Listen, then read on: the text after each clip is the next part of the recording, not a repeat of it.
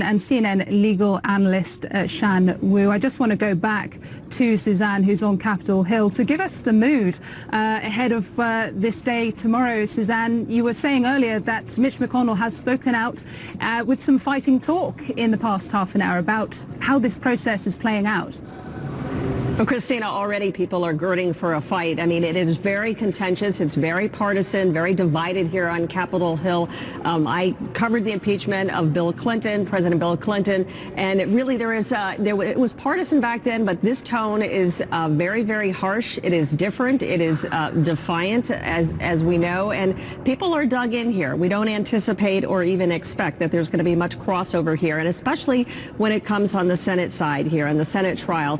We have heard from Senator Lindsey Graham, who has made it very clear that he says he's not even going to pretend to be fair about this. And so his colleagues, Democratic colleagues, have taken issue with the fact that Republicans already have stated that the trial itself is not going to sway their opinion. They have dug in, they have taken sides, and they will all take an oath to be impartial jurors. But in fact, Christina, it is already very much so a sense that it is baked in and that the results are predictable. But that doesn't mean that we're not going to see fireworks, that we're not going to see raw emotion that is going to spill out. And a lot of people are already asking, Christina, yes, they're going to be politicians who are going to pay the price for their votes.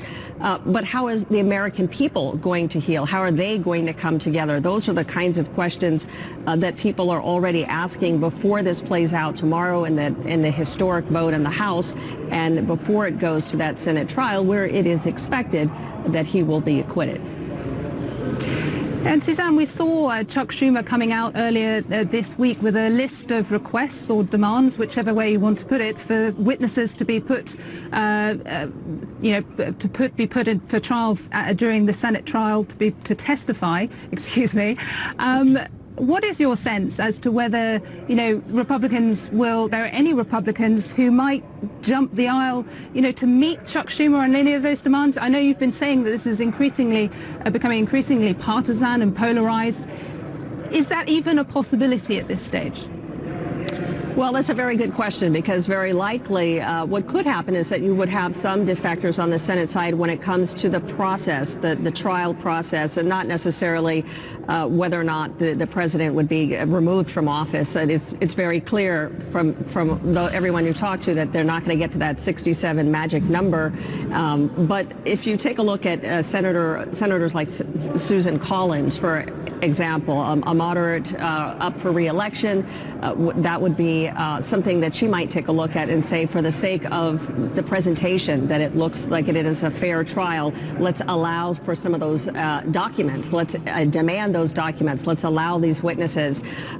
Someone like Senator Lamar Alexander and many others who are actually retiring as well don't have a lot to lose, could take a position that they want something that's more fulsome. And then you have senators like Mitt Romney, who have been harsh critics of the president, or Senator Lisa Murkowski, who has taken on the president from time to time and broken from her party, that may go ahead and just simply say, this is what we demand, this is what we want. So clearly, there could be some defections when it comes to the process. It's only a majority that's needed, 51. Republicans are 53 in the Senate, so if they get to 51, then they set the rules for that Senate trial. And so that is going to be a very interesting thing to watch and see, that group of senators, about half a dozen or so, who could sway dramatically how the process plays out when it goes to the trial.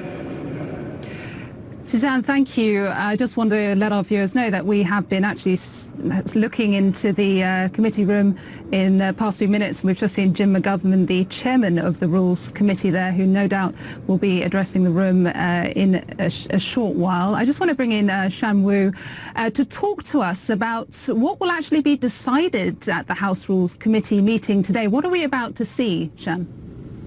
Well, what's important for us to remember is this is a Rules Committee meeting setting the rules for the House vote, not the actual trial. which will be in the Senate. So they're going to cover some basics, such as how long can the debate go for with regard to the House vote on whether to basically indict or hand down the articles of impeachment.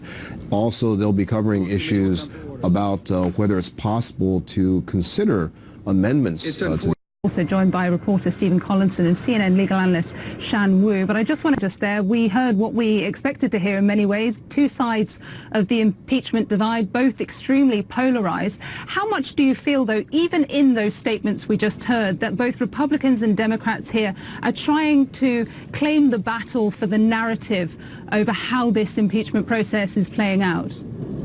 Well, they're both clearly playing to their own political supporters and trying to make a wider case for any undecided American people regarding the president. What you saw there was an argument by the Democrats on the facts.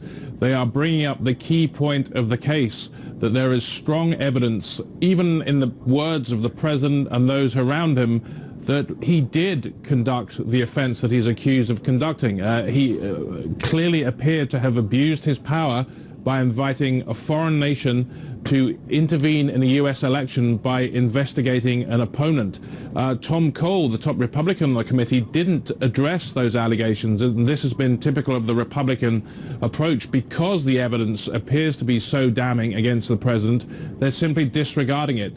Tom Cole there argued that the process was unfair, that it was going too quickly, that Democrats hadn't proved their case, but he never came up against the key allegations that the Democrats are making.